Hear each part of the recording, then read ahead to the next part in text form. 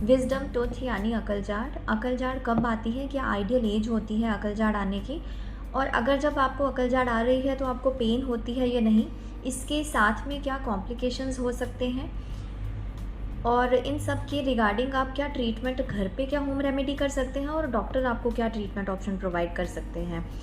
तो इन्हीं सब चीज़ों के बारे में आज हम बात करने जा रहे हैं। हाय एवरीवन, मेरा नाम डॉक्टर शिखा है और आज मैं आपसे सबसे कॉमन टॉपिक के बारे में बात करने जा रही हूँ, यानी अकलजाड़, विजडम टूथ। तो इसका सबसे आइडियल एज जो होता है आने का, वो होता है 17 से लेके 30 साल की उम्र तक। लेकिन काफ़ी सारे रेयर कंडीशंस में 30 साल के बाद भी अकलजाड़ आती है, और रेयरेस्ट टू रेयर कंडीशंस में ऐसा भी होता है कि अकलजाड़ इतनी डिले हो जाती है कि उम्र 40 से 50 साल की उम्र के लोगों को भी आती है।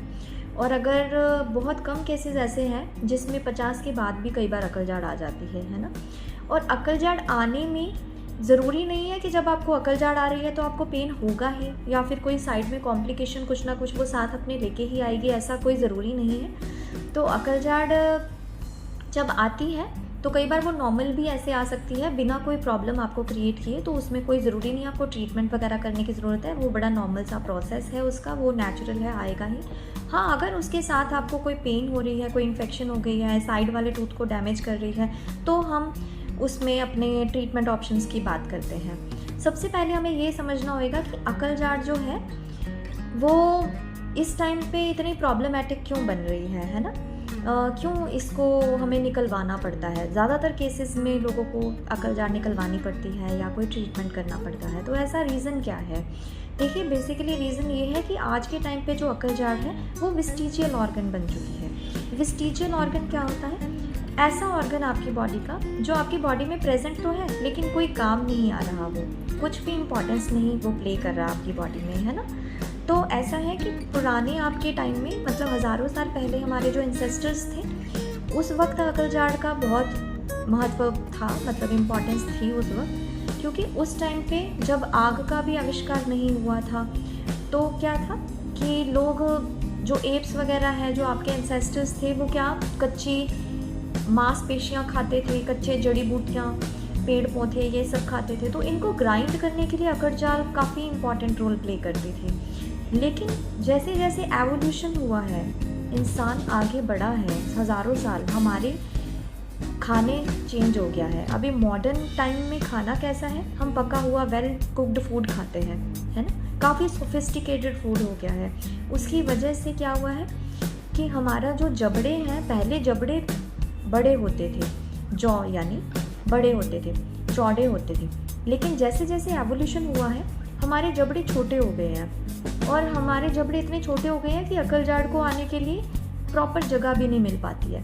और जब जगह नहीं मिल पाती है तो होता क्या है, कई बार अकलजाड़ टेढ़ी आती है, कई बार वो बिल्कुल ही नीचे को इम्पैक्टेड ही आती है, मसूड़ों से बाहर निकल ही नहीं पाती है, जिसकी वजह से हमारे साथ वाले टूथ में डैमेज होता है, या फिर इन्फेक्शन क्रिएट हो जाता है, या फिर पेशेंट को यानी वो जो पर्सन है उसे पेन वगैरह होने लग जाता है ना। तो ये सारी प्रॉब्लम्स जो है ये अपने साथ लेके आती है। तो इसका बेसिकली रीज़न यही है क्योंकि ये वेस्टिजियल बन गया है, और हमारे जो जॉ है उसमें स्पेस ही नहीं इतना रह गया है ना। पहले की तरह ऐसा नहीं है, हमारी बॉडी चेंज हुई है तो स्पेस नहीं रह गया है, तो इसीलिए ये सब प्रॉब्लम्स आती हैं। अब अगर अकलजाड़ है, आपकी क्या क्या कंडीशंस हो सकती हैं। अगर आपकी अकलजाड़ टेढ़ी मेढ़ी आ रही है, काफ़ी लेट आ रही है, जॉ में जगह ही नहीं मिल रही है, उसको मसूड़े से बाहर ही नहीं निकल पा रही है ना, तो क्या क्या सिम्टम्स आपको हो सकते हैं। पहला है जी, वहाँ पे आपको सोजिश महसूस हो सकती है, पेन फील हो सकती है काफ़ी, और कई बार वो पेन इतनी ज़्यादा बढ़ जाती है कि आपको फेशियल पेन तक महसूस होने लग जाती है, आपके हेड तक वो पेन जाएगी, आपके कान तक, है ना। तो ये सारी काफ़ी आपको हार्ड पेन महसूस होनी शुरू हो सकती है। उसके साथ साथ ये इन्फेक्शन क्रिएट कर सकती है, आपके साथ वाला टूथ भी डैमेज कर सकती है। अगर वो टेढ़ी आई है तो ऑब्वियसली जब आप कुछ खाओगे तो फिर फूड लॉजमेंट उस छोटे से एरिया में हो सकता है बार बार, तो वो केरीज क्रिएट कर सकती है, मतलब कि दांत में कीड़ा लग सकता है, साथ वाले दांत को भी, जैसे मैंने आपको पहले बताया, डैमेज कर सकती है। तो ऐसी कंडीशंस में हमें क्या करना पड़ता है, उस अकलजाड़ को निकलवाना ही पड़ता है ना। इसकी कोई होम रेमेडी ऐसे नहीं की जा सकती, बस हाँ, आप इसके साथ जो पेन एसोसिएटेड होती है उसकी आप होम रेमेडी कर सकते हो अगर आप करना चाहें तो। लेकिन अल्टीमेटली आपको ये निकलवाना ही पड़ता है ना।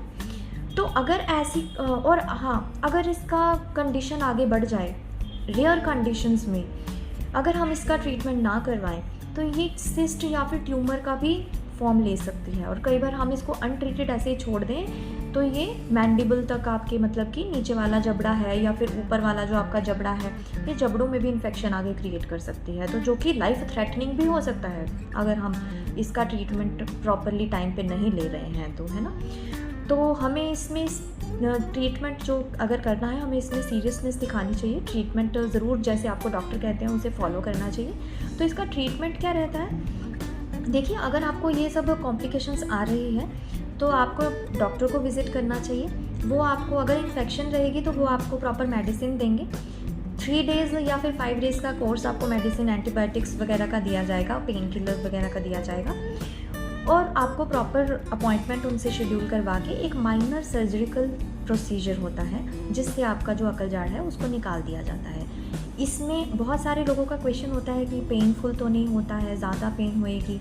तो जो आपका प्रोसीजर है वो बहुत ही, अभी देखो एडवांस्ड डेंटल प्रोसीजर्स अवेलेबल हैं आजकल, तो पेनलेस इंजेक्शंस भी आ गए हैं, तो आपको बिल्कुल पेनलेस इंजेक्शन प्रोवाइड करवाया जा सकता है। और आपकी जो इम्पैक्शन है, जो इम्पैक्टेड दांत है, जो आपकी अकलजाड़ है उसको निकालना है, जो प्रोसीजर जिसे हम कहते हैं, उसको आप बिना किसी पेन के ऐसे निकाला जाता है। ये प्रोसीजर आपका कई बार 1 घंटे के करीब, पौना घंटा या 1 घंटे के करीब भी हो सकता है अगर आपकी अकलजाड़ काफ़ी कॉम्प्लिकेटेड सिचुएशन में फंसी हुई है।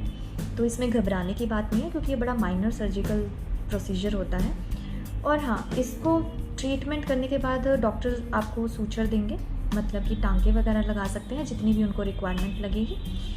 और इसके बाद आपको हो सकता है आपको 15 दिन के करीब, 15 से 20 दिन के करीब, कई बार ज़्यादा अगर बड़ी थोड़ी सी हो जाए बोन कटिंग वगैरह, 15 से 20 दिन के करीब ट्रीट मतलब कि वुंड हीलिंग होने में, ज़ख्म को भरने में टाइम लग जाता है। तो भी आपको घबराना नहीं है, चिंता नहीं करनी है, वो ठीक हो जाता है। 15-20 दिन आप नॉर्मल एवरेज मान के चलिए, ठीक है। बाकी अगर इसके रिगार्डिंग आपको पेन होता है तो पेन के रिलेटेड आपकी होम रेमेडीज़ जैसे मैंने आपको बताया था मैं बताऊंगी, तो इस वीडियो में मैं नहीं बताऊंगी। मैं ऑलरेडी इसके रिगार्डिंग दांत में पेन जो होती है उसकी होम रेमेडीज़ क्या हो सकती है, मैं पहले से वीडियो बना चुकी हूँ, तो आप वो वीडियो ज़रूर देख सकते हैं मेरे इसी चैनल पर। Thank you so much for watching.